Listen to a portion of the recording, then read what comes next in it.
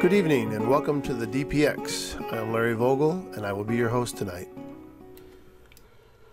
All right, we'll go ahead and kind of get started. So it's kind of great to see some new names, some new faces for tonight. So welcome to our DPX February 8th meeting.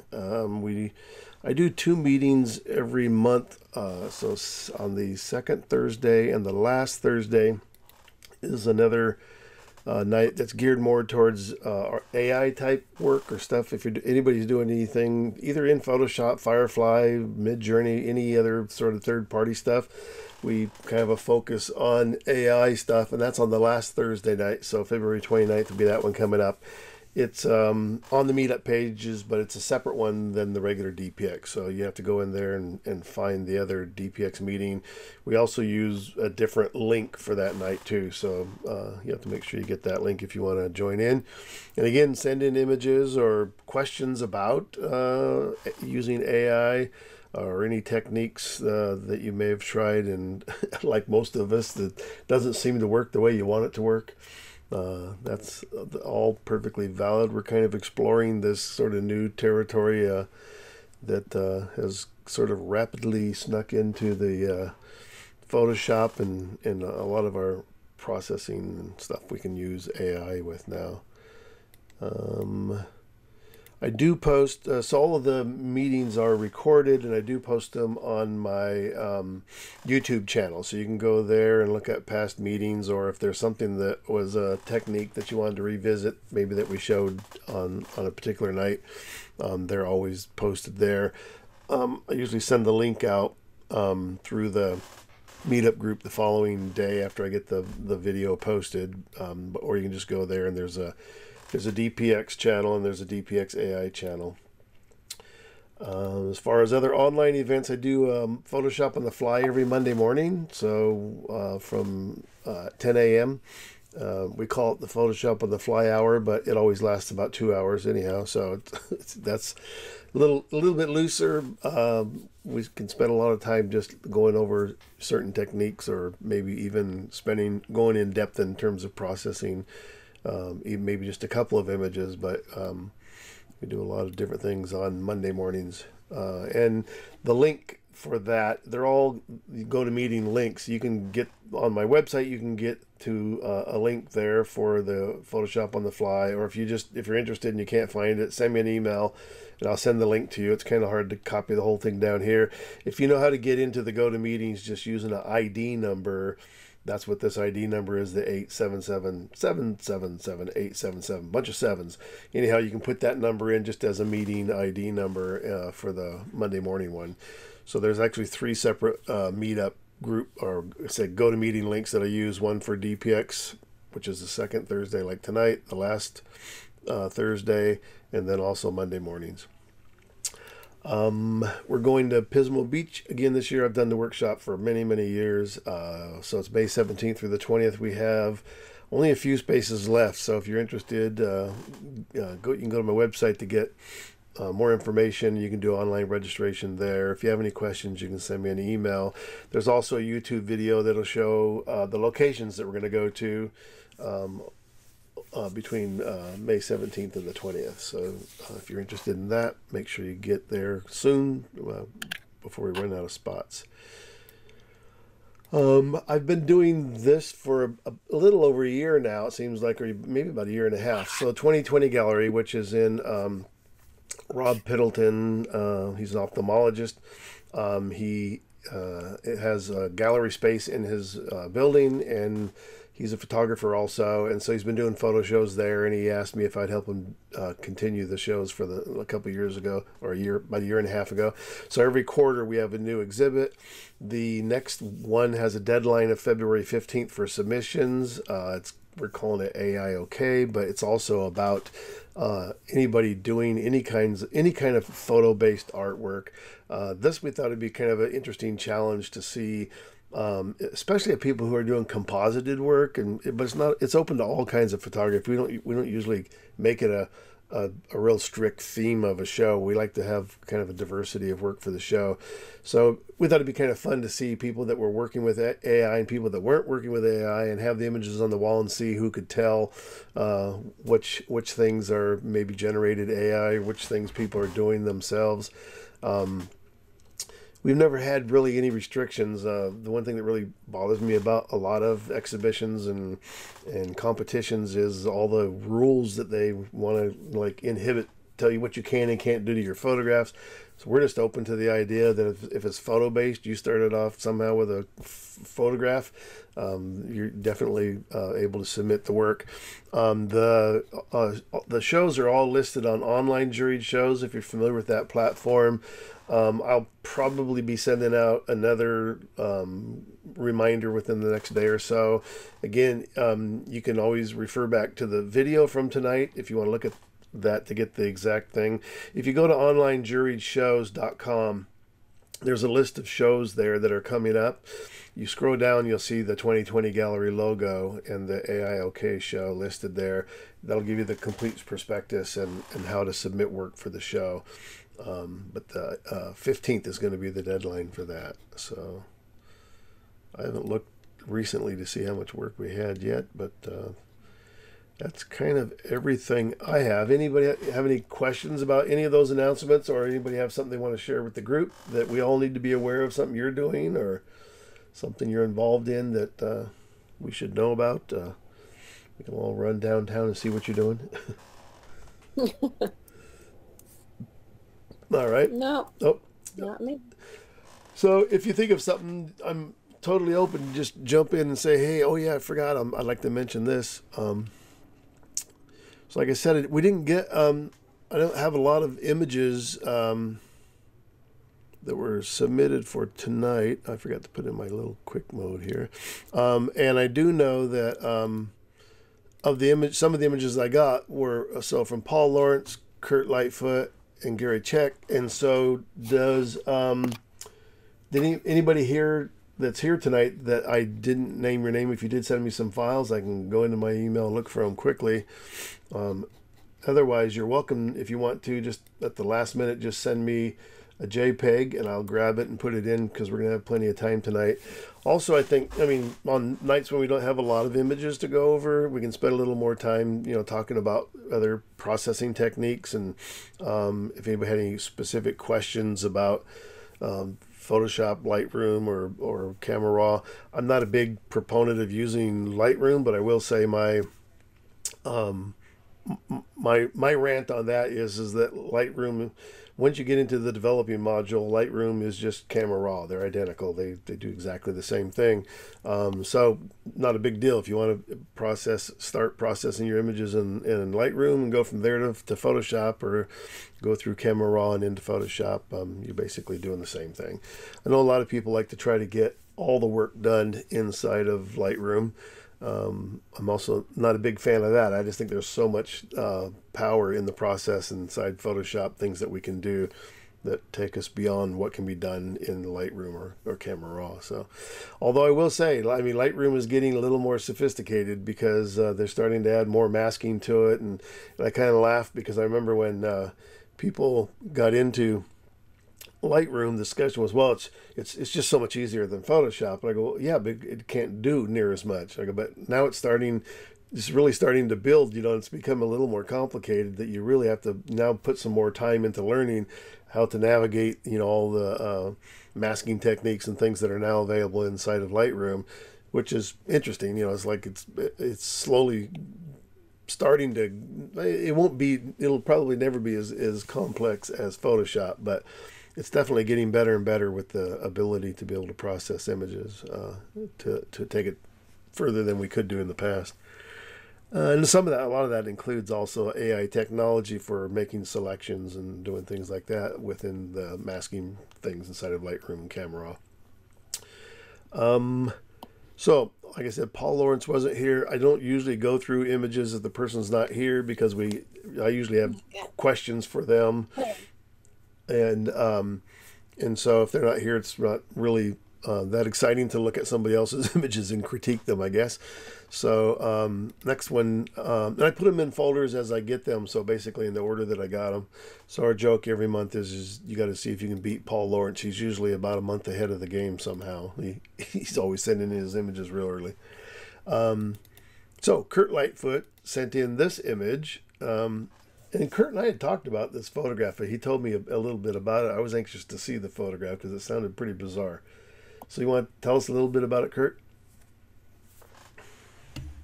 Well, the opportunity for the photograph was kind of an accident because I was up in the pier. I was up in the pier shooting with a fisheye, and then this this saga was coming down the pier towards me, which was basically this Roman guard flogging Jesus Christ while he's carrying his cross, bearing his cross. His undersized cross. Yeah, right. It's a pretty modest cross, so yeah. he's doing that cross pretty well. And that is, of course, one of the stations of the cross. Mm-hmm. There's a bronze statue of the same story at Mission San Luis Rey, kind of right. one of the bronze statues there. And so in a hurry to put together a composition, what I decided to do was to juxtapose that scene with all of the rest of life going on and sort of ignoring it. And I chose to lean over the railing in order to split the scene in half. And so that's how that composition came together. So once I got that set up, I had to wait until the Centurion was in a full whipping mode. So that was the timing of the shot. And then there's this fortuitous guy in black clothing, not just totally ignoring everything. So he's perfect to the theme that the world's not paying attention to the persecution of the Savior of humanity. So. And did you? So that's kind of the story behind the picture. Was in a way it was. I didn't set it up. Obviously, it was just happening in front of me. Right. And did you find out any more about the story of why they were doing this, or was it just these two people must have just put this together themselves and chose a day, date, and a place to do it? No, I didn't want to get engaged with them because they're proselytizing, right? So there were more people in their party that had passed by to my left that weren't part of. They weren't part of this story. I had to sort of wait for them to get out of. Oh, I see. Out of the way, and they were part of the group of people who were attempting to attract converts to this saga. Interesting. All right. For me, kind of the main thing was, all of the material world sort of ignoring this scene. I think that's part of the narrative here. Mm-hmm. And why I felt I might have had an image of some interest. Yeah, it's a strange story. I mean, yeah. Comments from anybody in the group for Kurt on the image, or any questions? I finally just pulled it up. Okay. Yeah, it's not every day that you run into Jesus in the story. Right. That's great. I'd wondered, Kurt, I mean, I like the look. I mean, the tail of the fisheye, the curvature at the edges and all that. Was there a reason that you left it in rather than correcting it, or just because? When I had the fisheye lens, and that fed the. You're making decisions really fast because this scene is going to go away in a matter of seconds. Right? Yeah. So when I decided to split the scene with the railing, that favors the fisheye because the things that are sort of down the center have the least amount of distortion. Yeah. And that helps exaggerate the story that's going on the left, and of course that's balanced by the exaggeration on the right. Yeah. And so I don't know if I'm answering your question, but that's how it came about. Well, I guess. But like a lot of street photography, you're making decisions a mile a minute. So. Yeah, no, but the thought was in the afterwards, the processing about, you know, taking some of that distortion off on the edges. Was there a reason not to? Because you could do it in post processing. Was the question. Well,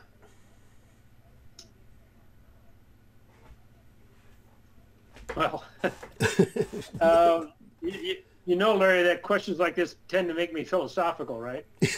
Of course. When don't they? I'm open to the philosophy.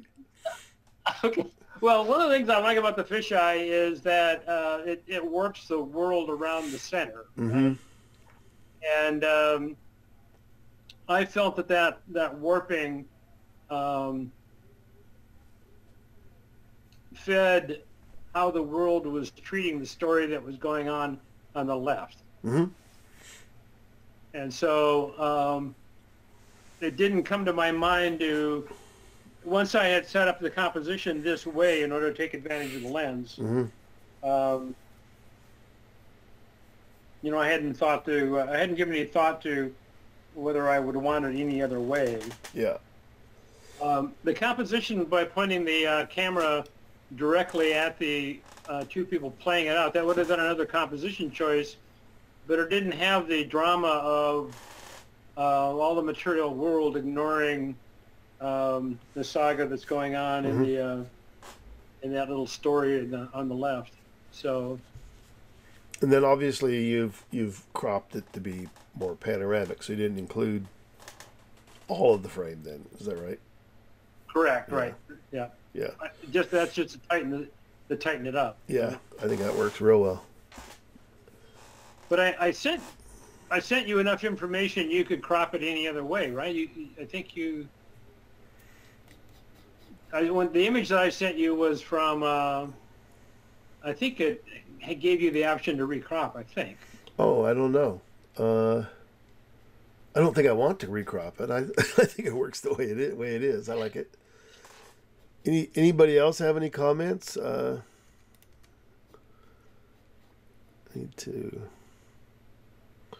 Nope, nobody has any comments. Yeah, I didn't even take it in to see, you know, about correcting the barrel distortion on the edges, and I mean, only in my view, I think it works to be able to have the distortion, and also because of, like you said, the way you set up the shot, this down the center, and a lot of the stuff then, you know, stays, like the buildings that come through the center, the light posts and the railing and all that feels, you know, not distorted, but that. It's an interesting view, I think, that a fisheye gives the camera. And there's this, we used to say this years ago when I was shooting 4x5, because you could tilt the lens in the back of the camera to correct for distortion. You could do all that in camera. And, you know, there was this saying people would say, just because you can doesn't mean you always should. And this idea that, you know, now we have this digital ability to correct for this sort of barrel distortion doesn't mean that we always should correct for it. I mean, it can still be a visual effect that works with the image, as well as, you know, pointing the camera up on a building and letting the parallax narrow at the top, and, you know, we don't have to always straighten everything out. I just had wondered if there was a philosophy from Kurt about leaving it in. So, of course there is. Yeah, right. No, there was definitely. The fisheye was helping to determine the composition. If I had the 1740 or the 24-105, the composition would have been entirely different. So. And what is this one? This is a.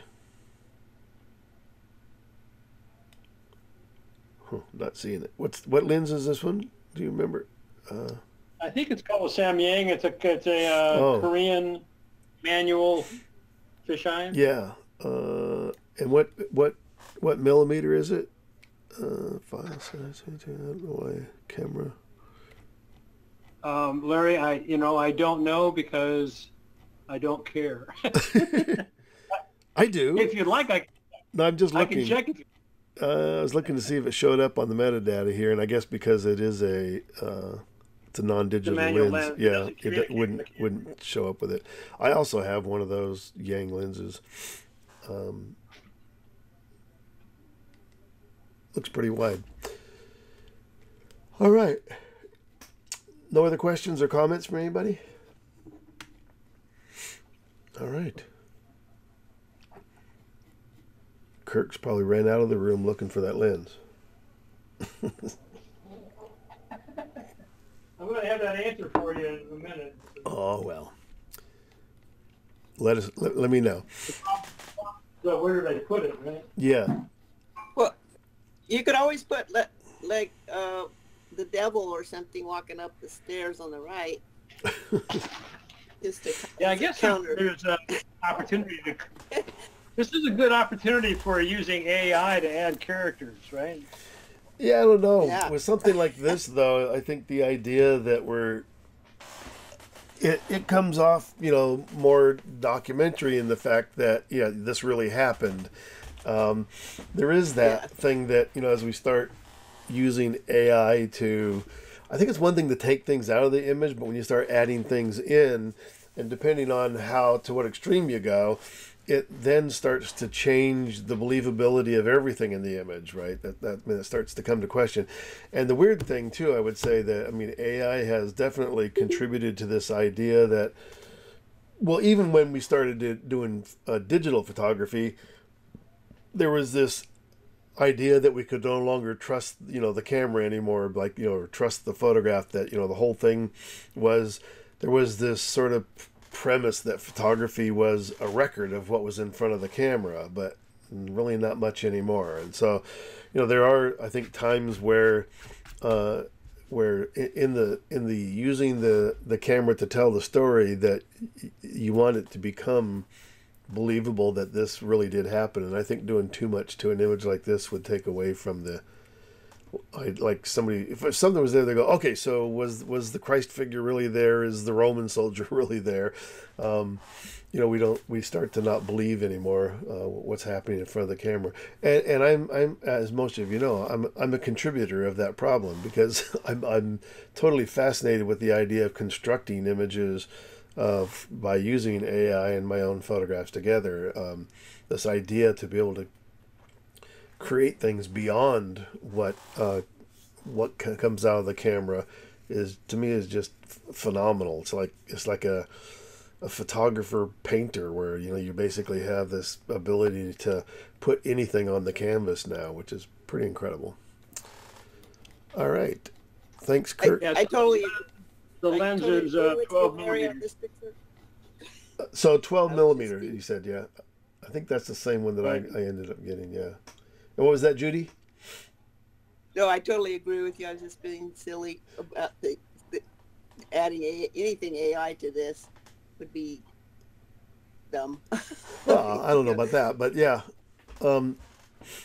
I do like, well, and also I think the other thing now even just looking at it photographically, I love the idea of the, late in the day, the long shadows, the warm light, all that kind of stuff is really, it makes the image also visually appealing beyond just the story here. All right.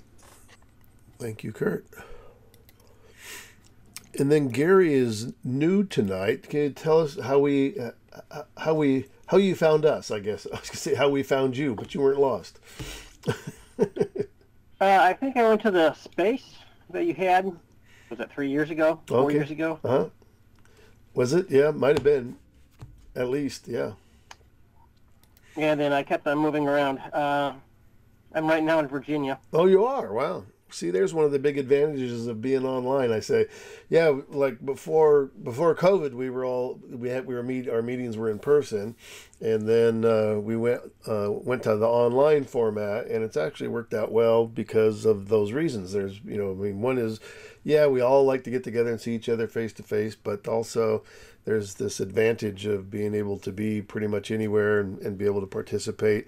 There's also the advantage of me not having to drag all my crap down somewhere to set it all up and make it happen. So I appreciate you jumping on from other side of I was going to say other side of the world, other side of the country, anyhow. Well, the news pictures are from the other side. Yeah. Okay. So I'm going to put these up one at a time and tell us a little bit about them, and then I can remember. Yeah. yeah. Yeah. Well, I tried logging in one time. It says log into your meetup. It was like, oh shoot. I don't remember. So you don't remember where this was taken, or? One was in Ghent. Ghent. Don't. I think they could all be in Ghent. Okay. And then, and Belgium? have you done any processing to the image? Not at all. No. Okay. And I got and I guess then I got the next question would Adobe be, Photoshop Elements. okay, elements. Yeah, so that does create some limitations. Because I mean, like now, I mean, some of the things that that I would suggest would require some more advanced things, like in Photoshop, and I don't even know in Elements what they've done as far as I don't know if I haven't even looked at it in years, but whether they've incorporated any of the new AI tools inside of Elements like they have inside Photoshop. Well, the last time I had Photoshop was Photoshop CS. Okay, yeah, right. Yeah, actually, there's a guy. He's not here tonight, but Fred still he never went to the paid subscription. He's still on his Photoshop CS, and he's pretty creative with it still. So it's always. Well, I would have, but my older brother found my computer and didn't tell me and took it apart. Well, that's nice. So. Yeah, I wasn't home for 3 years, so. But so these kinds of images, always present the usual problems, being in, if you're a tourist yourself traveling, but being in, interesting rooms, but then there's a lot of, people coming and going in the room. And again, whether or not the image is meant to remain documentary or whether you are interested in, taking the image and applying some interpretation to it. Anybody have any comments before I show some of the stuff that I suggested for image improvements? Everybody wants to be very quiet tonight. Well, well, let's see what you're going to do. There are a lot of things that we... Okay, well, I'll just point them out. So to start with, I mean, obviously the two figures to me don't really add to the story. I mean, I wouldn't personally be interested in leaving people in the story. So that's one, I would take the people out. Two, there's, like I was saying earlier, there's some building distortion where the thing sort of tips inward. That's probably from looking up to get that ceiling detail. In a way, I kind of wish there was a little more in terms of exposure, working here with a JPEG, but being able to get a little bit more detail in the windows. But not a huge deal. I still kind of like the idea of the light streaming in through those windows, which is I think works in the image. I actually, just because I was intrigued by the image, I put quite a bit into it working with this one, and part of it was because I didn't have a lot of images for tonight, so it gave me a little bit more time to put into this one. I'll just show you where I went from this image, and there's the final image. You would almost maybe wonder if it was even came from the same file, but I'll show you. I'll open up the image. You can see as I ended up making it a warm tone black and white image, and part of it was big. Well, there was a lot of interesting reasons why, but if I turn these all off, go back. So there's the original background layer, and when you go to straighten out an image to correct for in this case, the parallax of the building, you end up getting this, where you get this fall off on the edges, but I don't want to actually crop out all the stuff above it. And when I did it, I actually stretched the image back up to fill the vertical space too. But so as you all know, I mean, it's easy to be able to use generative fill, which is the AI function in Photoshop now. I can select these empty pixels and then ask generative fill to fill that space. And so I put them all in a folder here with all the generative fill stuff. And so Each one of these layers is a different layer. So if I turn them off and on, this one was just to control the really bright light in the foreground from that window. And I like the glare on the ground, but it seemed like it was taking too much information off the tiles. So this filled in that space. This one took care of this. There was a weird, again, sort of all this warm light in here, and I think it was from all those up lights that were there, bringing in this warm light, and then this is probably daylight coming in from another part of the building. And so that I also just kind of fixed with generative fill. So again, it's just making a selection and then using artificial intelligence to fill that space. So it even reconstructed kind of the bottom of the pillar, which I was okay with, what it did there. This next one down was just removing this one light back here. Just did them one at a time. And some of those things would work equally as well with just content aware fill. But the cool thing about this is that, it's really going to pay attention to the detail of the bricks, and then also the area that's behind that light can where this sort of sconce, or this overhang meets the wall there with the bricks. It pays attention to all of that and fills it in with information that AI is constructing by looking at the rest of the scene. This lower one, that was just taking the guy out by the window, and then the next one down was removing the guy off of the corner here, and then let me see, and then there's the one where I filled in the empty pixels where I had corrected the distortion on the building. So basically all of that was done with the generative fill inside of Photoshop. And then the next thing... what's interesting? Yeah, go ahead. No, I was just going to say what's interesting is when you fill all that in and take it out, because what I missed from your finished version and what he had is that I missed the height of the ceiling, floor to ceiling. But when it doesn't seem to be here. It seems fine now. Did you shorten it for the finished product? Oh, let's see okay, and go back to yours. That's what, I guess, interesting. I sort of missed the height, or the way it looked in the color. To me it looks floor to ceiling much higher than it does on the one on the right, but it's not the case. It's really not the case, I guess. Well, or it is a little bit. And because this image, the new image, is a little bit wider, it doesn't have the same proportions as the original one. So a lot of times that narrower vertical one might feel a little taller. I could still... I might have stretched. I was going to say, and I did a little bit already to fill that upper space, but you could stretch it more to even, and I think that now as I look at it, as you're saying there, if you look at even this archway down here, it's shorter here than it is here. So the whole image could be stretched up. We can do that at the very end too. Maybe from the bottom or something. I do like the height of the ceiling that he's got there from. It has a majestic, more of a majestic look than the black and white one. But anyway, go ahead. So the next layer up was just to add some clarity, like we could use inside of Lightroom or Camera Raw. But I using the Tony Kuiper panel. In his actions, he has a clarity and dehaze action in here. So it basically uses the high pass filter and a blend mode of soft light, and then you can adjust the strength of it, and you can also go back in and adjust the strength of the high pass filter because it's done as a smart filter. So you could actually go in and crank it up a little bit more, but that added some sharpening and texture to it. And then, like I said, the other action is a dehaze. And I could have done some of this, inside. I could have taken the image back into Camera Raw and done it there. But to me, it just feels like now that I've got these actions from Tony Kuiper that basically do the same thing, I ended up using it here. On this one, I actually put a mask on the dehaze because I mostly wanted it just for the very top part of it, or for it to be the strongest there. Because there's a weird sort of flatness about, and it might have just come from that light that was hitting the ceiling here.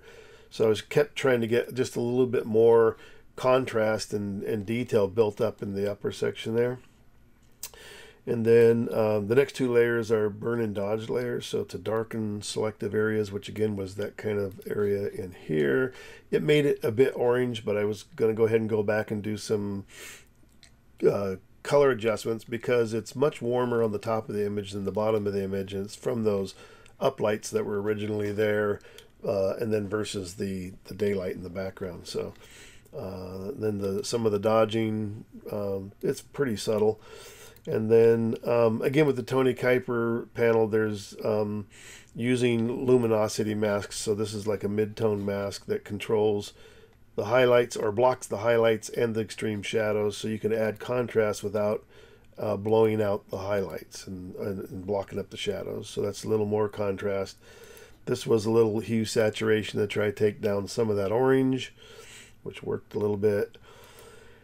And then there's another great technique that he has here where you basically take an empty pixel layer, you set the blend mode to hard mix, and the hard mix mode has an interesting attribute to it in that, so basically I'm just painting with a middle gray value, and you could, as you paint on this layer in the hard mix mode, it will add contrast. So again, the areas kind of up in here around the bricks, and I'm painting in there to get more contrast in there, more texture. But the way that the hard mix works also, there's like, I forget, there's 3 or 4 blend modes in here that function in a way differently, that opacity and fill function differently than most of the other blend modes, where with the hard mix, if you just drop the opacity, you would still get this really strong color, almost a posterized look.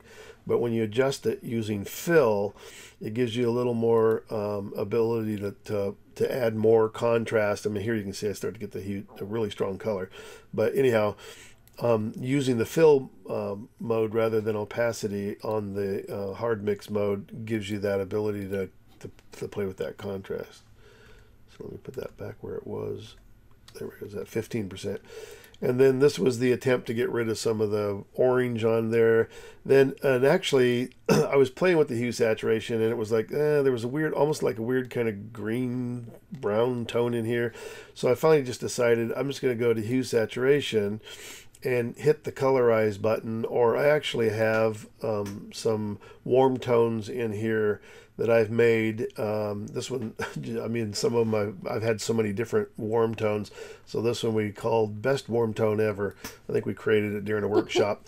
But the way that the hue saturation works for doing toning is you have to make sure you hit this colorize button. And so when you hit colorize, and then you can play with the hue, so you can go anywhere from blue to green to magenta down to the warm tones here, and then the saturation, taking it up or down, will control how strong the warm tone is. And so I just decided with all the sort of mixed lighting in the building, it was easier just to go ahead and make it a nice sort of warm tone. I think that's where it was, huh? And there's a few more layers. And then next one up is that high pass contrast that I've talked about before, and this is pretty strong. So it's an action that I have that I got from Mac Holbert years ago, and there's a couple of variations in here, and one that I use more often is the John Paul Caponegro version of it. And again, it uses the high pass filter in an overlay blend mode, and then it also uses, it's mostly for mid-tone contrast. So again, it won't make the shadows real black and it won't make the whites brighter. It's for mid-tone contrast. And if you double click on this layer, it'll show you in the layer styles that there's a special blend here that removes the effect from the shadows and the high values and only applies the contrast change to the midtones, which he has kind of labeled between 45 and 215. So that's kind of how it controls where it's going to go. It normally comes in at about a 50% opacity, and you can increase or decrease it from there. If it's a landscape image or you have a lot of smooth continuous tone areas, sometimes it'll create halos. So you have to be careful about cranking it up too high on certain images. But on this one, I went ahead and took it up. That 77% was what I landed on. But I put an overall black mask over the entire image. And then on that mask, let me think here. Oh, I'm on the wrong one here. Let me come back up. No, this is high pass contrast. that was the right, hang on. I thought this mask, I guess I didn't. I thought I dropped the opacity or the density of the mask. I think I filled the mask with 50% gray rather than black. So that allows the high pass contrast to affect the entire image at 50%. And then in the areas, again, in the center area where it looked really flat, I went ahead and painted through that 50% with different values of brighter values so that it opens up that mask there. So then the effect is stronger in those areas than it is on the rest of the image. That really brings out a lot more contrast all over. And then I wanted to see if I could get any more detail out of those windows. And so this, and it's not like I was going to get, super amount of detail, but I was able to get actually more than what was there. And this is using the shadow highlight adjustment, which is found under image adjustments and then shadow highlights. And now, we used to use this a lot, but when Camera Raw became available as a filter in Photoshop, you could actually go back and do shadow highlight rescue inside of Camera Raw. But the cool thing about doing it here is it actually takes into account all of your adjustment layers. Like if I jump into Camera Raw, I'd have to go back to an image layer, and then it wouldn't have all these adjustment layers in place when I was inside Camera Raw. So you're kind of flying blind until you come back, so you have to go back and forth.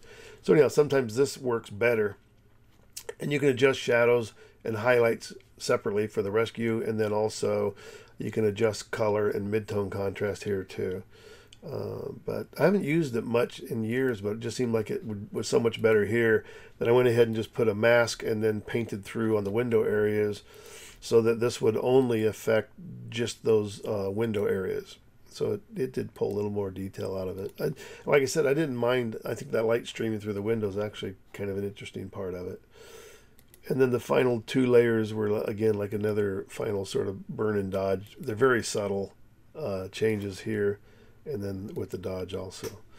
So let's go ahead and do the final idea here. So let me shrink this down. So the easy way to do this would be to just take the crop tool and make sure, now the crop tool has, other options in here where you can do generative, expand, and fill and all that. I just want the regular transparent. All I'm trying to do is get a little more headroom up here. And a lot of times I'll just go further than I think I'm going to use. And I'll just say, okay. And now, and I may have to do this because I have to do the whole entire thing. So I have to do a composite layer on top here that I'm going to transform. So if I pull up the transform tool and hold down shift, I can readjust the structure itself. Is there a way to stretch something where the stretch happens disproportionately, so you stretch the top at a higher rate than the bottom, that kind of thing? Yeah, sometimes if you do, if you place the center mark to the bottom or to the top or to the left or the right, it'll control where it stretches from. So I don't know that it's really as much controlled on this type of a stretch here. I mean, it does feel like at the bottom I'm getting more lift. I don't know. But that is one way when you're doing it, is by placing this spot, because it works the same way. Like if you want to rotate an image, it would normally rotate from that spot there, and if you were to put the center spot somewhere else and rotate it, it'll now rotate from that spot there. So all of the transformations, whether you're doing let me open this. Whether you're doing rotate, scale, skew, distort, perspective, if this dot is at the bottom rather than the center, it will also control. If you're pulling the perspective from the top, it will control it more that way also. So it does help, but in this case, I'm not quite sure it is. Let me undo that so I can undo my. You may have to do it from the bottom instead of the top. To give that a little bit more height from the bottom. Mm, if you increase the canvas at the bottom instead of the top. might increase it and give it a higher.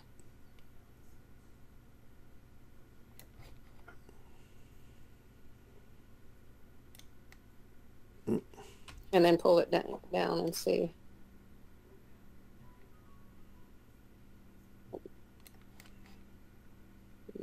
I don't know that it's much different either way.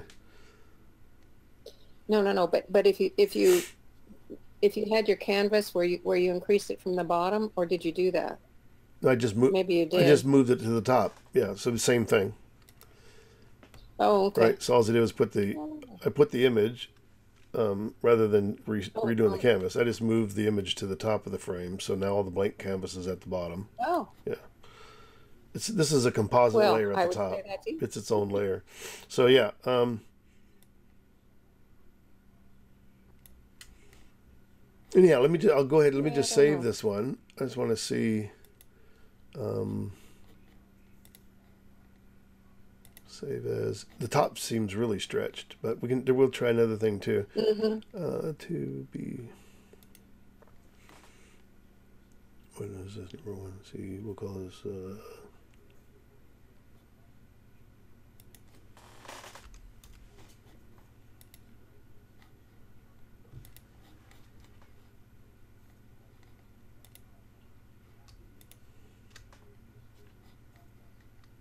Let's go back to this one and this one.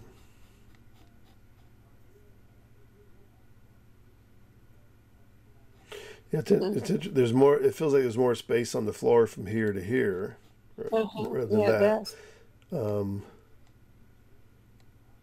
Interesting.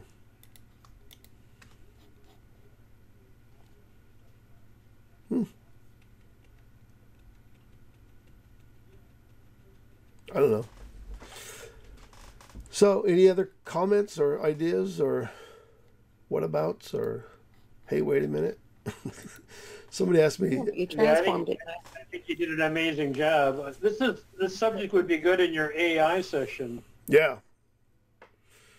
It's interesting. I forget which club it was. Somebody had asked me if I would do a presentation to one of the camera clubs, and one of the suggestions they had was, with all this new technology, maybe a good topic would be to talk about, with this new technology, when would it be considered cheating?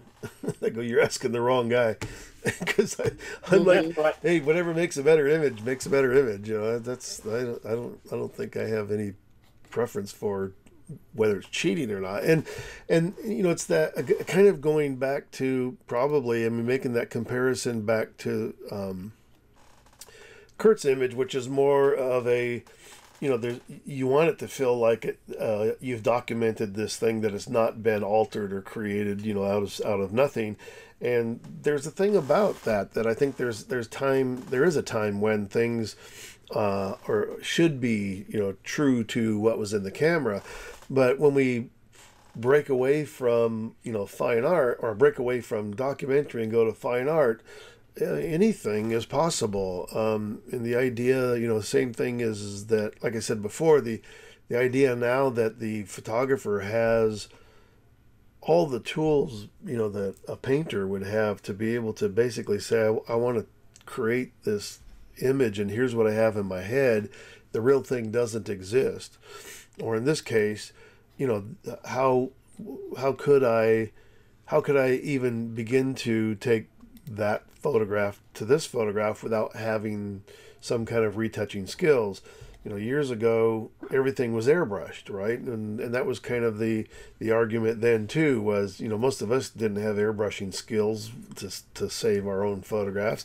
But, as soon as Photoshop came along, and every so many years and advances in technology of Photoshop has really brought about better and better and better retouching tools. And this idea now that, on a busy brick wall, you could take an object out of there and it will fill in with more bricks that matches the pattern around it. Content aware fill would do that also sometimes. That was the thing is that it wasn't always as good as you wanted it to be. So, I think now that we have these new tools, it's made it's just taking it up one more notch as far as I'm concerned. What can we do? So what's cheating? When it comes to fine art, there is no cheating. It's wide open. Yeah, cool image gear. I like the. To me, it speaks to also that when I do critique things for other. I'm like doing one for the Fallbrook Club next week or 2 weeks, I think it is. But they will send me images, and there are people in the group that have varying abilities, and maybe like Gary, some of them aren't using elements, and they might not have access to some of these tools and things, and so I still think being able to show people like what this is an interesting image, and here's where it could go, from starting from there to here, it becomes something completely different, and the hope is that it inspires whoever owns the photo, but it also inspires other people in the room who may be at that same point of going, well, I don't know how to do any of that, but shit, I want to learn how to do this because this is pretty phenomenal to be able to move an image that far away from where it started. And again, like many times in this case, you've traveled halfway around the world to go do some photography, and things, there are certain things that are just really going to be out of your control. And but knowing what you can do then starts to add to your ability to say, well, okay, I wish these guys weren't there, but they move out of the picture and 3 more people move in, and so I'm just going to have to go ahead and get the shot, and I'll deal with it after the fact. So we start to understand, the more we understand about what we can do in post-processing helps us understand when we're out photographing how to get the best image that we can. So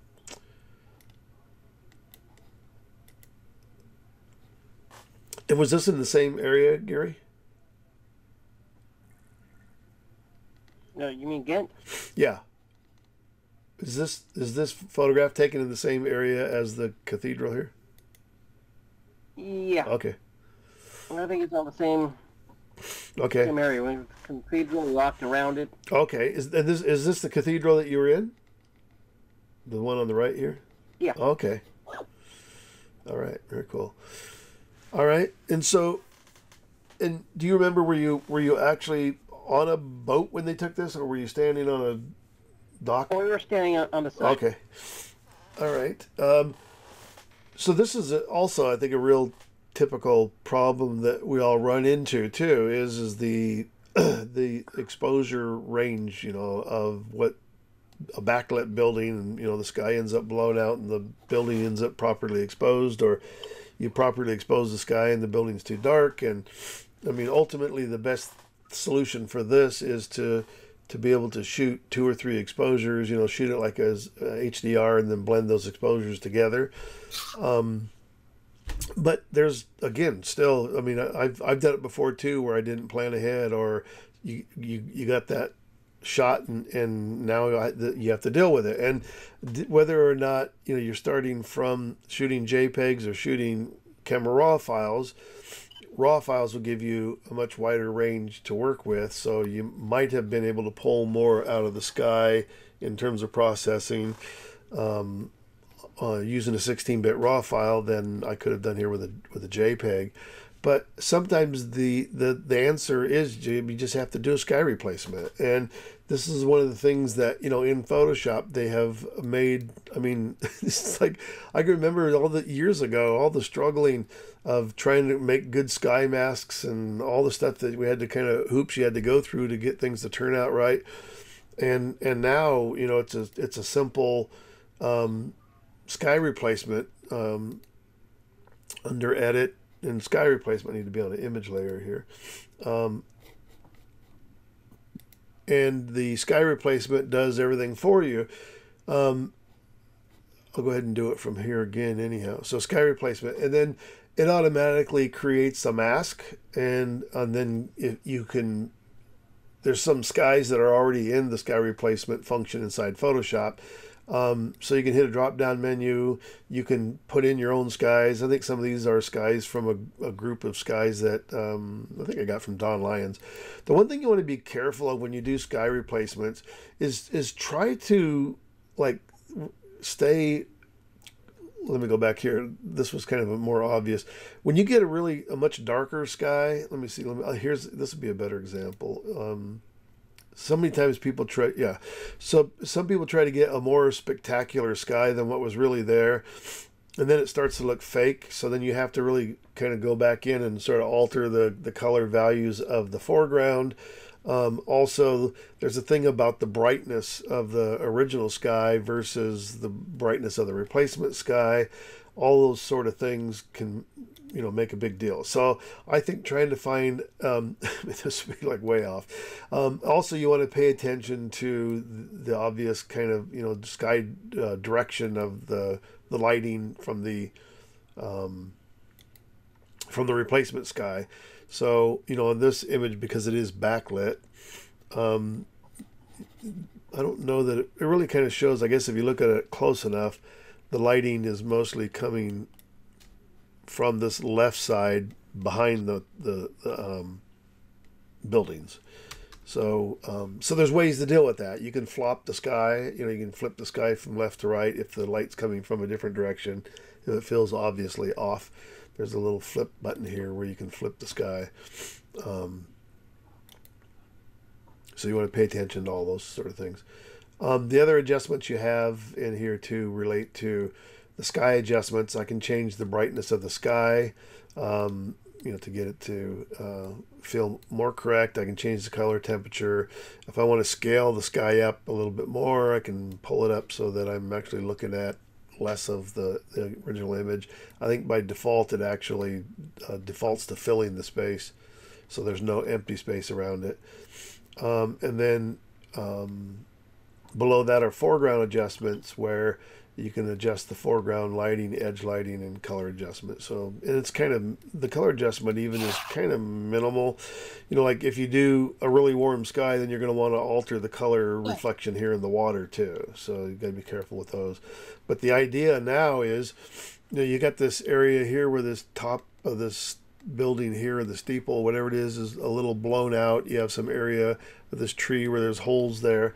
If you pick the right sky, those values will look pretty normal without even having to do a whole lot. So you just have to be careful about what you do for your sky replacement. And then even after you make your sky replacement, you can come back in. Those same adjustments are here, so you can change the sky brightness, and you can also alter the mask and play with all the other adjustments. So even after you come after it creates its own group called sky replacement, you can still come in and alter it a little bit. I think. Where did you find sky replacement, Larry? Under edit. Where is? Under edit and sky replacement. And then all these clouds just come up. Well, different skies. Yeah, there's a group of them that already came with Photoshop, but over the years I've added a lot more in there too. So you can drop your own in. So let me think about this. Are they automatically smart objects or no? Oh. Did you change them to a smart object? No. Or you're just going back to the original? I have a smart object here because I used Camera Raw filter to try to, again, on this one here, I straightened out the buildings. I have to turn that one off to see it. I went back to Camera Raw and straightened the buildings out, and then also opened up some of the shadows and texture and stuff in it too. So that some Camera Raw. Yeah, I guess I was looking at your layers below. Yeah, and it's confusing now too because they started doing this weird thing where, like, to show you this is a mask layer, it has that little thing below it, which looks which makes it look like a smart object. I know, it's confusing. You can actually get rid of those too. Mask options, is it? No, I don't know. Maybe it's in preferences.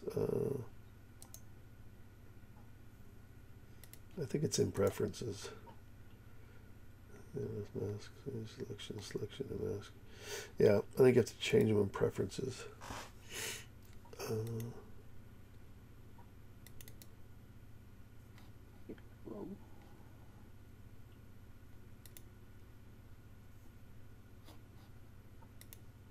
Yeah, I've just left them on.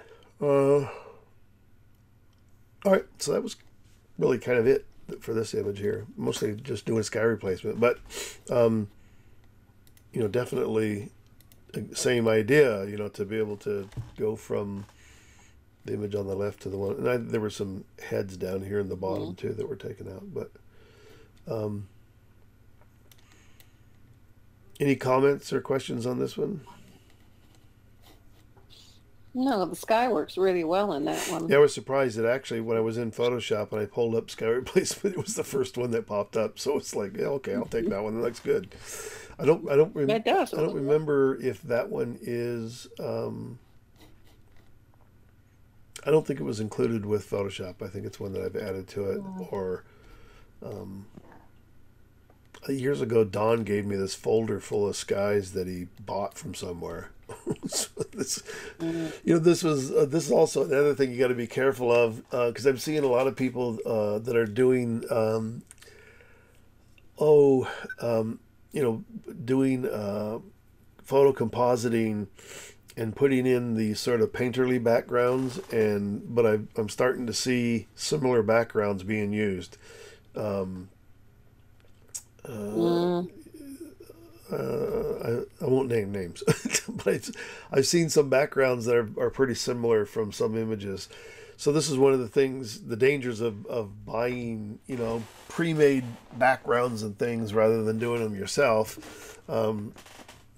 Or the other thing to be aware of too is to go in, if you get a pre-made background, you can go in and customize it so that, do some retouching on it or add some other embellishments into it, or, do something that if somebody was to use it, they wouldn't go, oh yeah, I remember seeing that on so-and-so's. The last thing you want is for people to recognize a common background. And I didn't work on this one. It had a similar sky problem, but my question was, because this is, it looks, obviously it's heavily like a tourist image because of the boat and the people waiting and all that. But, again, what could be done, you could probably pull out that boat through retouching.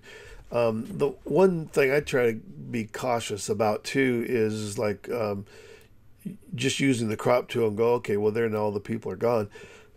The question though is does it really work, in the composition? And so sometimes, even if you did want to narrow this up a bit and say maybe focus on this building here, or, this gets into a lot more retouching that can be done with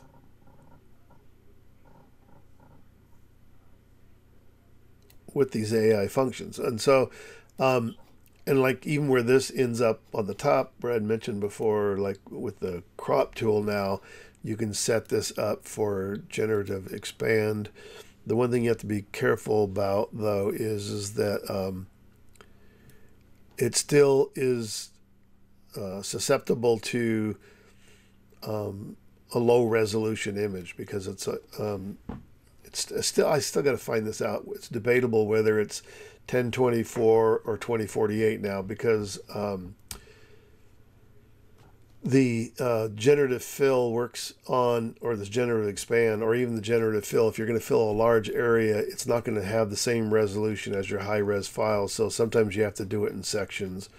But so if I use the generative expand and then just hit generate here, it should add something to the top of these buildings. Again, whether it's successful or not remains to be seen. You're always waiting to see, okay, it doesn't work.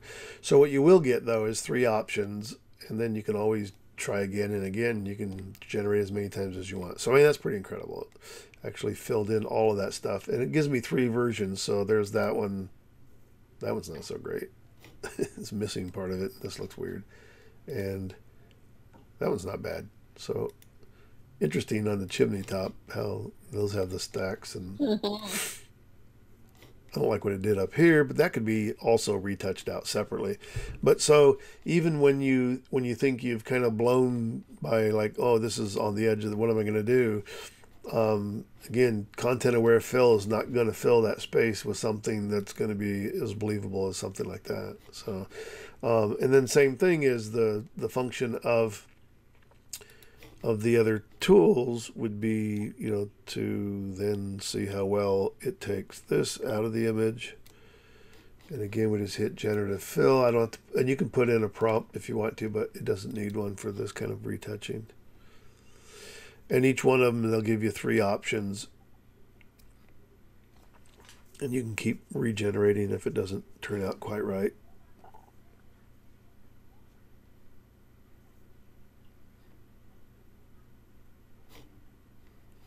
Not bad. Not bad. I like that one better. And then, you know, the next thing is this stuff on the left here. Sometimes it's better not to try to do everything all at one time. So there's a weird shadow here from that stuff on the edge.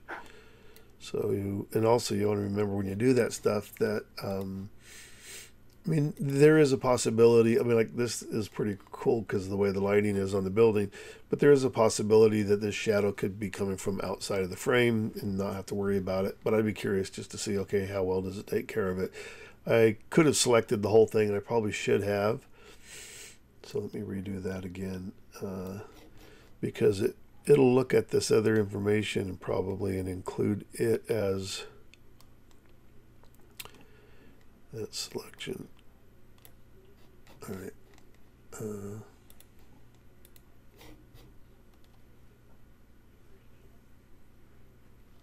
Well, it's amazing that it knows what to do. Yeah, I mean, I've done some stuff with just some really complex, complicated things that it's just like, how would you know to do that? I mean, like it's making up building detail over here on the far left based on what it's seeing over here, but it's not replicating anything from over here. It's creating all new stuff. And so, like I said, you can always hit generate again and see what it does. There's a little retouch spot there, but all that can be done with just normal stuff. But the other thing that it also pays attention to is the lighting. So it looks at the lighting and it'll replicate that light. Well, look at here. So it actually added a shadow in this case. So it'll replicate lighting.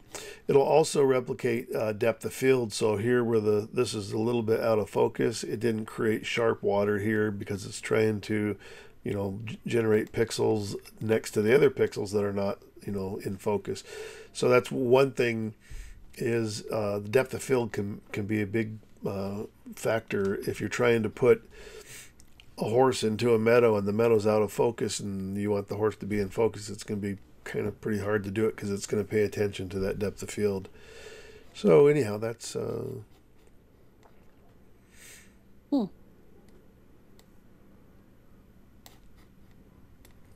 big difference. simple. Yeah, that's why we didn't do anything to this guy yet, but go back to here. We'll at least get rid of that little thing. Like another candidate for a sky replacement. Yeah, so, and this would be a simple one. So one of the things that I would try to do, maybe even to start with, would be this upper corner here. So if I just started with a,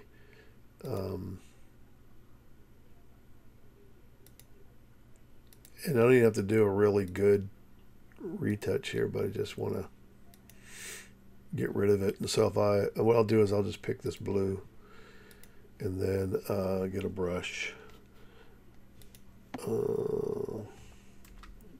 Should have made a copy layer here.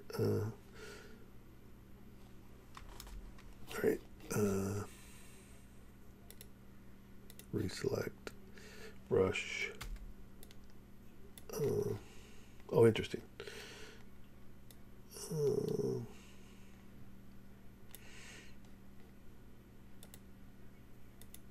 Oh, I see, it's there. Okay, so I have to do it on here then. So brush that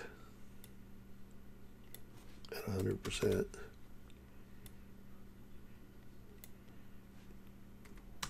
$100, not 10. All right. Okay, so now in order for me to do the sky replacement though, because you see if I come down to edit, well, it should composite it. So let's see what it does.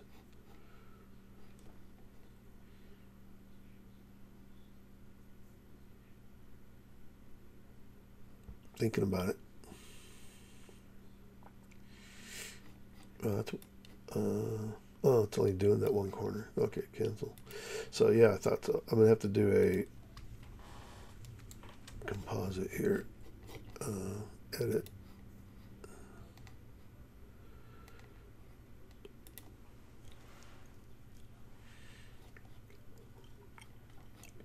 Looks like the building has a little bit of a tip to it here too, but all right. So we have all these skies to choose from. So you can see how that's too dark for the image, right? It would still be usable. I could always go into the adjustments here now and brighten up the sky to where it starts to match the image. So that already starts to look a little more believable. So you have to kind of pay attention to those things, and sometimes the cue comes off of the original image. I think a bunch of these I got from Don Lyons years ago. These are all spectacular skies, kind of the telltale sign, the telltale sign that you did something that shouldn't be.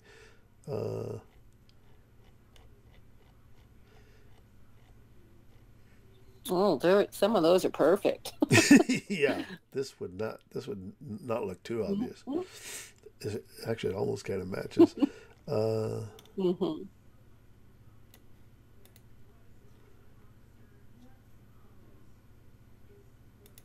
Well, That actually is pretty good. yeah. I think that's okay. Let me take the scale up just a bit. So That's pretty good again, too. the lighting is, coming from, you can see the shadows on the building here, I guess. This is in shade, this is in light. So this kind of brighter cloud here does help. Foreground lighting, kind of leave it. If we wanted to, I just haven't found this, it's pretty subtle. Like this shifts it more towards the cool side. This will shift it more towards the warmer side. So you could kind of play with that a little bit. But you could also, if I just say okay here, then you could also, close up the group, and then I could still add in a separate curve adjustment just for the foreground area, and still, play with the values, adding a little more contrast to the image, a little more brightness, and then I could also adjust color temperature here if I wanted to. The sky's not really that warm, so I think it looks okay. So anyhow, that's you could always do that outside of the sky group, is bring in your own sort of contrast adjustments. But yeah.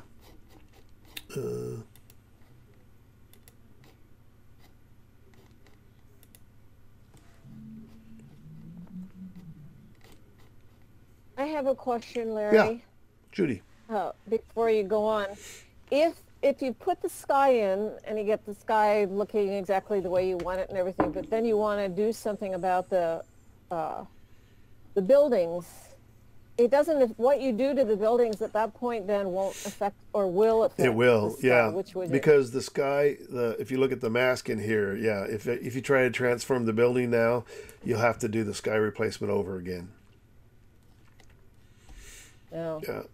Which is not So if you want the building darker, you've got to do it first and then do the sky No. replacement? If you're just going to change lightness, brightness, darkness, color saturation, all that stuff, you can continue to do that, because the sky group sits above the building itself. So that's the original sky.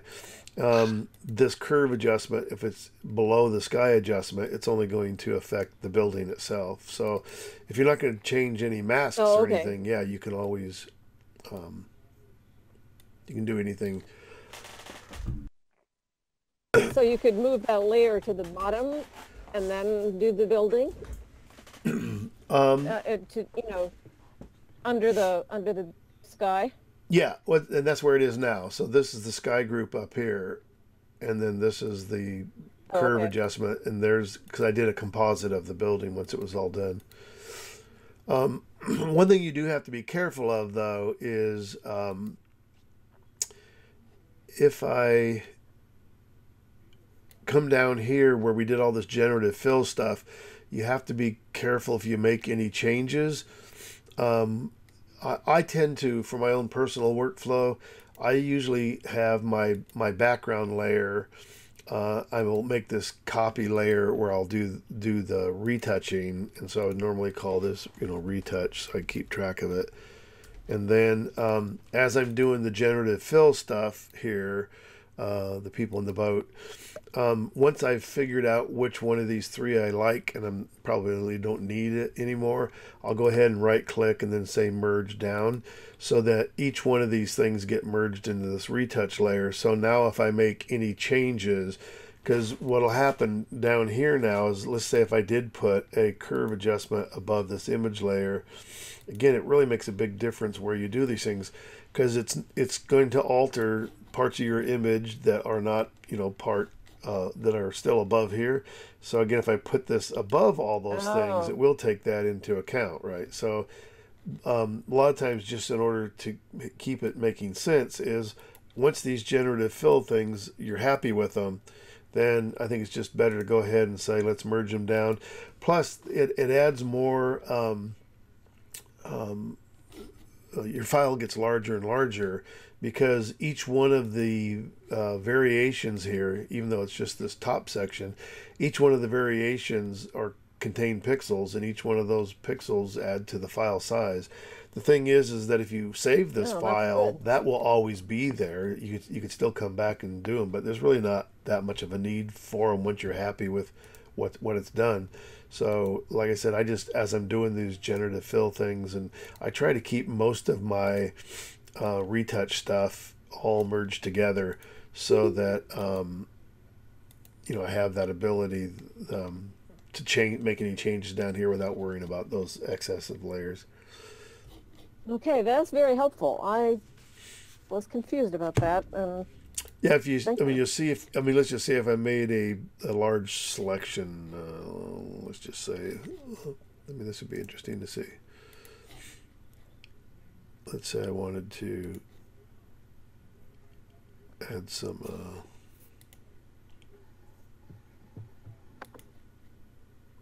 we'll add some more windows here or something.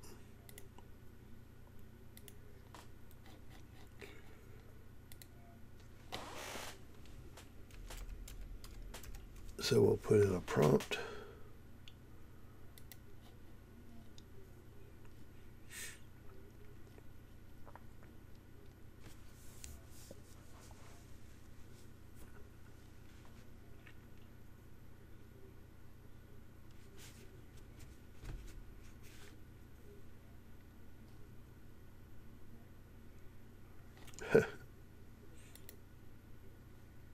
Didn't give me any new windows.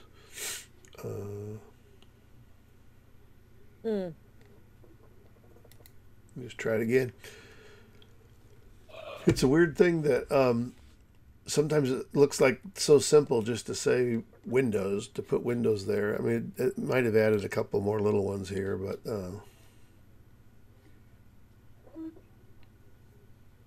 now it took them all away.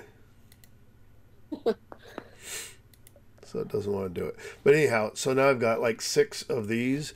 If I look at the image size down here in the lower left-hand corner, the original background layer is 1.48 megabytes, and now it's 14.5 megabytes. So you can see if you were working with a really large file, it could be 10 times larger very quickly. And that's because of all of these image layers here.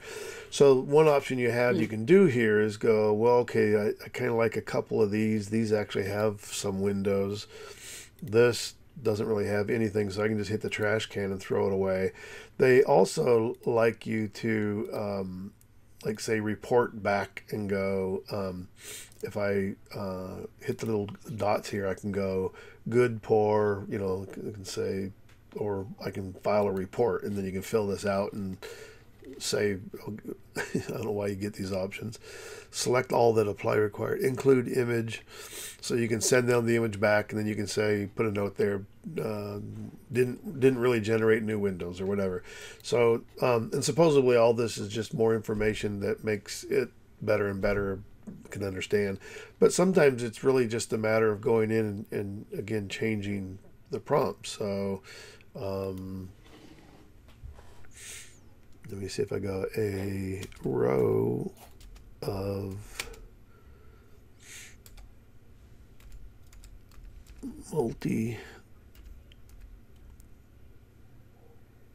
how do you spell paned? P-A-N-E-D, multi-paned windows.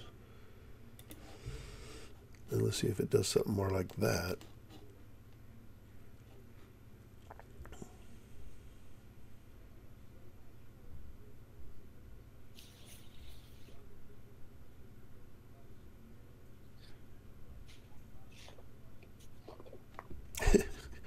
Made the windows longer. So it doesn't want to do it. Don't know why. You think that'd be a simple one for it to figure out.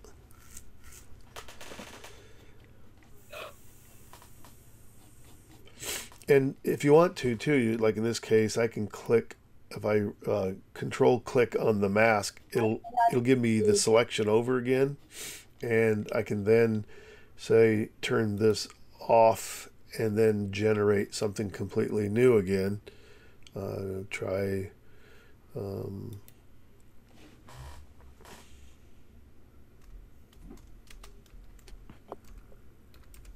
red bricks. I was going to say that AI probably knows that those windows would be under the water table. When did Osea get here? She snuck in the back door. Yeah, I sneak in like a cat. Yeah, still doesn't want to do it. Don't even change the bricks. Nope, under the water table.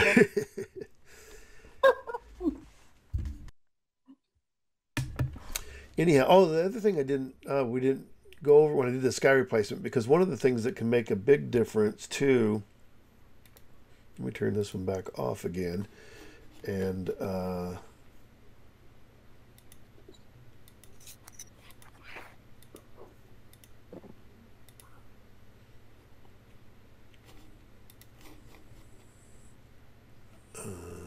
edit. Is this so we'll just use that same sky. Is on the foreground adjustments here, one of the ones, so again, like we did make the sky a little brighter, and then on the lower portion, the foreground adjustments, not only the foreground lighting but this edge lighting adjustment, it'll control kind of, sometimes you'll get a little bit of a color bleed into the top of the building, where it might be desirable, or sometimes, you know, like, see, it starts to make this look, and sometimes you get a little bit darker, not really a halo, but see how it kind of darkens it closer to the building. And then if I pull this to the left, the edge lighting, so it's controlling the amount of light that is behind the building in the sky itself. So you have to be careful that sometimes it'll look overly bright or overly dark.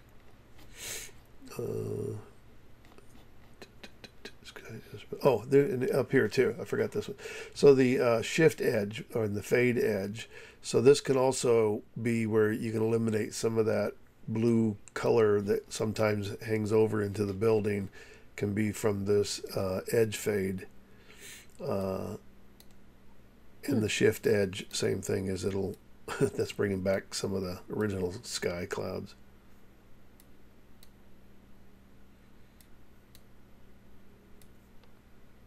Which sometimes might work, you know, if you leave some of the other sky together with it. That way nobody has that same cloud. Yeah, right. That could work. Well, and that's another thing too, is like you could, let's just say, I've got this sky replacement in here. You could, same idea. I mean, again, with the generative fill, you could always come back in and you know, just do a selection here and put in generative fill and a cloud.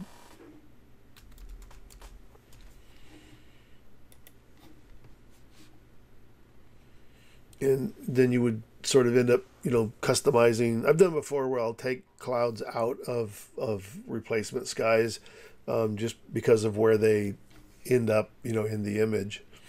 There you go. that looks a little better. This looks like it's. Oh, that looks natural. It looks like it should be coming out of the chimney. So anyhow, yeah, you can play with the cloud.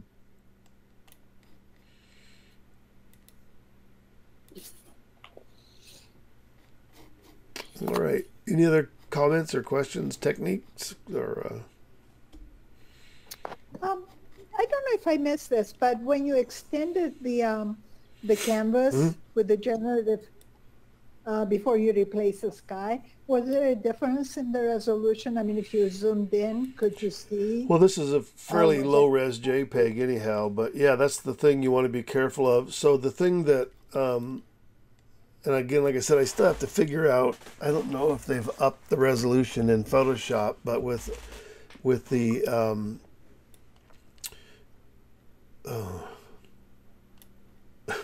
with the hummingbird, I always keep forgetting there. I don't use it that often. The Photoshop, the Photoshop Firefly. Yeah, they call it Firefly, but there's always a hummingbird picture. So with Firefly, they've upped the resolution on that now. It's twice the size as it used to be. So it was 1040 or 10. What was the? Or 2048. 1024, yeah, or 2048. So, so I mentioned this before. Is like if you're doing a full res image and you want to extend the canvas, then you will have to pay attention to resolution because it definitely will be less. And so what I've done is I usually go in and make this rectangular marquee tool, and the drop down menu up here, you can so normal is where it's at by default, but you can create a fixed size. And so I made one at 1024. So if I click the 1024, you can see now it selects the entire image, which means the resolution of this image, I could generate something, you know, using generative fill, and it would match the resolution of the image. So there still can be a little bit of a sharpness shift, where even if I zoom in on, say, I mean, again, this is a smaller JPEG, but if I zoom in on this detail here, it might not replicate as sharp of an image in this detail in the generative fill, but you can go in and sharpen that new generative fill layer separately from the rest of the image, and that will a lot of times make it look better, you know, so that it fits better. I just think all this stuff is still gonna get better and better. If your image happens to be a high res image and you do this 1024 idea and say I wanted to, you know, extend the sky, then the idea would be you would do it in sections, and so you'd do this 1024. Trying to see if I have something. Well, let me see.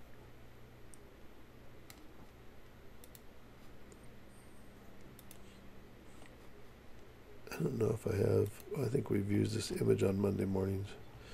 The sand dune image. So this is yeah, this is 5,000 pixels. So if I open this, and sand, I picked the worst image to demonstrate because it's like it never does a very good job on the sand. How big are these? So these are big. So these are 2,000. So if I bring this in, yeah, we'll see. We'll see what it does to his jacket. So if we wanted to extend the canvas on this, if I grab the crop tool and make sure I have generative expand selected, and I'll pull this over. And actually, let's go this way too. We'll see what it does down here. and generative expand, and we just tell it to do it.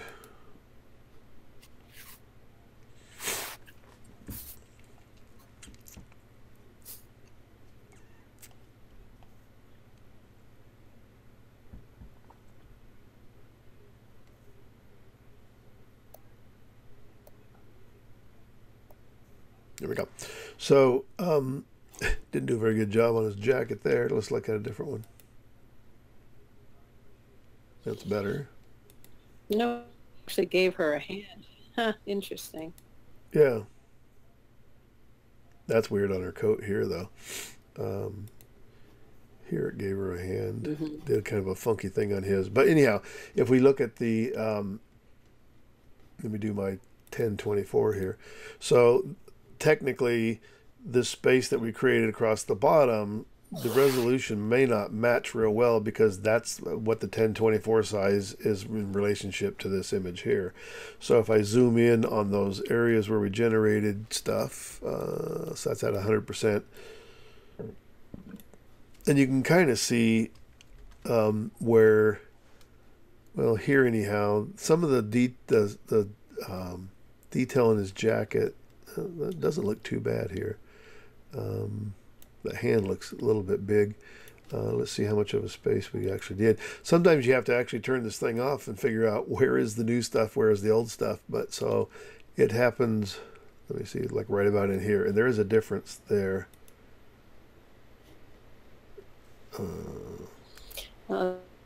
Explains then why why sometimes it looks more blurry, let's say, on some. Yeah, so like this area here. So I mean, whatever, you know. So what you can do too is then you take the expanded area image and sharpen it, and sometimes it'll match also. Sometimes also by adding a little bit of noise to it, because it also doesn't seem to replicate noise very well. So if you have a very noisy image, the area that it will create won't have any noise in it. So sometimes you have to add some noise to those things that it fills too. So again, like if I just took and I have an action that I use for sharpening. So we'll see. Oh, it's only gonna. Well, I can do it with the mask. It'll sharpen because this action actually does the whole thing. It creates a new image. So let me just do it the other way. So I could take this layer here. Come on.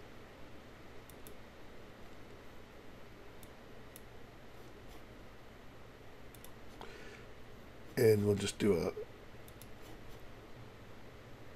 sharpen.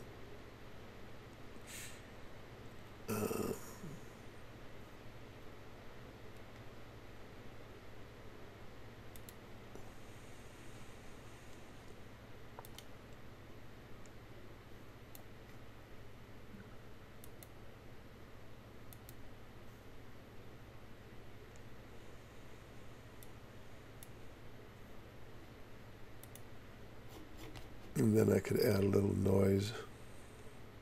And it's not, doesn't take a lot. So add noise, monochromatic.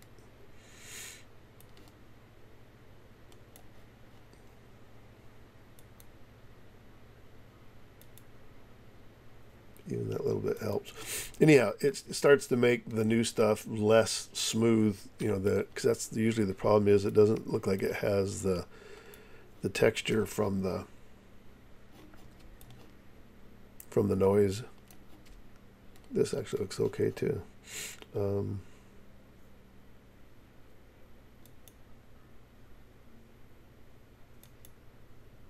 Yeah, let me see if I can zoom in a little bit more.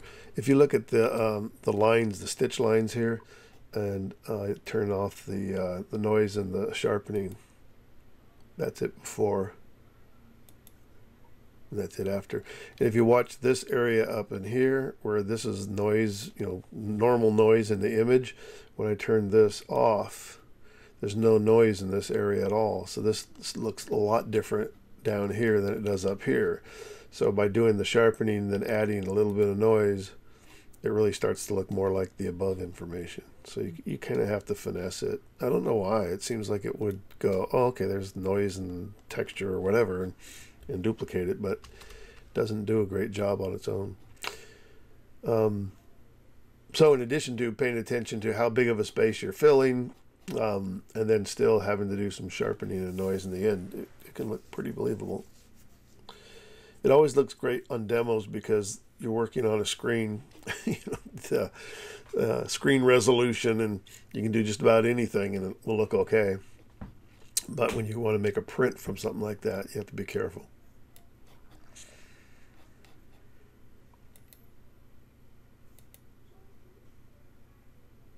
Interesting. All right. Any other questions? No. Nope. All right. Did I save those before?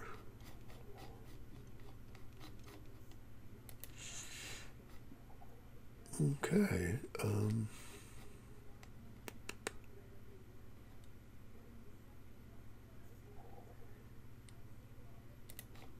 I don't know why I didn't create my shortcut here, but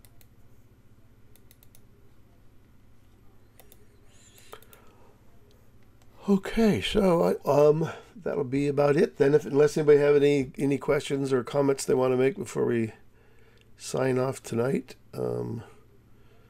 And I think it was very helpful to see how you did the adding the noise and adding the sharpening to the generated layer. Yeah, without it, I never thought to do yeah, that. without it, it's just not. It doesn't really seem to match it. And I've had some where I've had, well, like I said, I was going to show the sand dune image. It has even a harder time replicating those grains of sand to look, you know, proper. But adding the noise and the sharpening helps there also. And I think you kind of want to do it in that order. You want to sharpen it, then add the noise, so that way it doesn't sharpen the noise at the same time. Oh, okay. Yeah, so that kind of makes a difference, the order that you do it in. Yeah, it looked better, and I can see how if you blew that print, made a print and blew it up, and it hadn't done the sharpening and the noise, you might be able to see it, and it might look weird. No might be's, especially if you spent, you know, $300 for a nice metal 30 by 40 print. Oh, Then you will see it, especially after you spent that money. All right, well. gee. We will wrap it up here. Remember, so the meetings are recorded. They will be up on my YouTube channel probably sometime tomorrow. And Thank you so much. It was really good. I like it with less images so that you can really delve into a particular image and show us what you did. This is really kind of, we're able to do more like this on our Monday mornings too, because we don't normally have a lot of images that come in. So, you know, DPX is usually, if we've got 5 or 6 people that send in images and 3 images a piece, you kind of have to go through them kind of quickly. But I almost always will do the work ahead of time because there isn't a lot of time to do it live all the time. So you can't really get into it deep. So, yeah. Well, that works. Thank you. All right. So thanks. Okay. Thanks so much. Thanks for sending in the images. It was great. Thank you. Thanks for sharing. And we will be back for the DPX AI meeting on February 29th. And then again, like I said, every Monday morning at 10 a.m. Jump on there and join us then too. All right. Thanks, everybody. Have a good evening. All right.